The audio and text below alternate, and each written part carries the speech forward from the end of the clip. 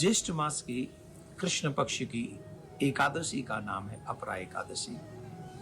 जिस व्रत को करने पर व्यक्ति के बड़े से बड़े पाप नष्ट हो जाते हैं और जिनके पूर्वजों का जिनका ये पता चला हो कि हमारे पितरों की गति नहीं हुई है, उनका कल्याण नहीं हुआ है, अगर ऐसे लोग भी इस एकादशी का व्रत करेंगे तो उन्हें उनके पितरों को मुक्त करने का सुंदर अवसर ये एकादशी का व्रत देता है। धर्मराज ने जब भगवान श्री कृष्ण से पूछा इस एकादशी का महत्व क्या है, कथा क्या है, ज्येष्ठ मास की कृष्ण पक्ष की एकादशी को क्या नाम से पुकारते हैं, तो भगवान श्री कृष्ण ने कहा अपरा एकादशी।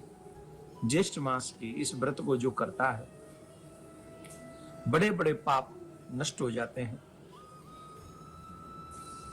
अधोगति को प्राप्त हुए मनुष्य की सदगति होती है। इवन अगर कोई व्यक्ति ये व्रत करता है तो मोक्ष तक का मार्ग ये एकादशी व्रत कराता है। मैं तुम्हें एक कथा सुनाता हूं। दो भाई थे। एक बड़ा भाई था जो वहां उस नगर का राजा था। उस राजा का नाम था महिध्वज। उसका छोटा भाई था वज्रध्वज। पर छोटा भाई बड़ा दुष्ट था। उसका स्वभाव बड़ा दुष्ट प्रकृति का था। बड़ा भाई जो था, जो राजा था, बहुत धार्मिक प्रवृत्ति का था, बहुत ही अच्छा था। लेकिन वो जलता था कि मेरे को राज्य क्यों नहीं मिला। तो वो राज्य पाने की इच्छा में अपने बड़े भाई का वध कर देता है और जंगल में उसका वध करके पीपल के पेड़ के नीचे उसे गाड़ देता है।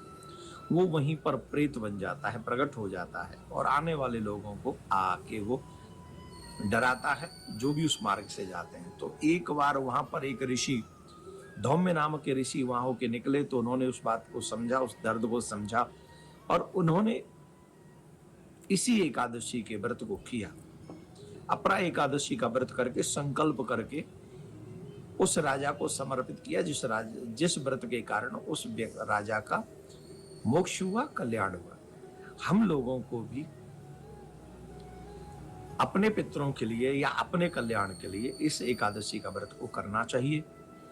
24 तारीख को, 24 मई को ये एकादशी व्रत रखा जाएगा।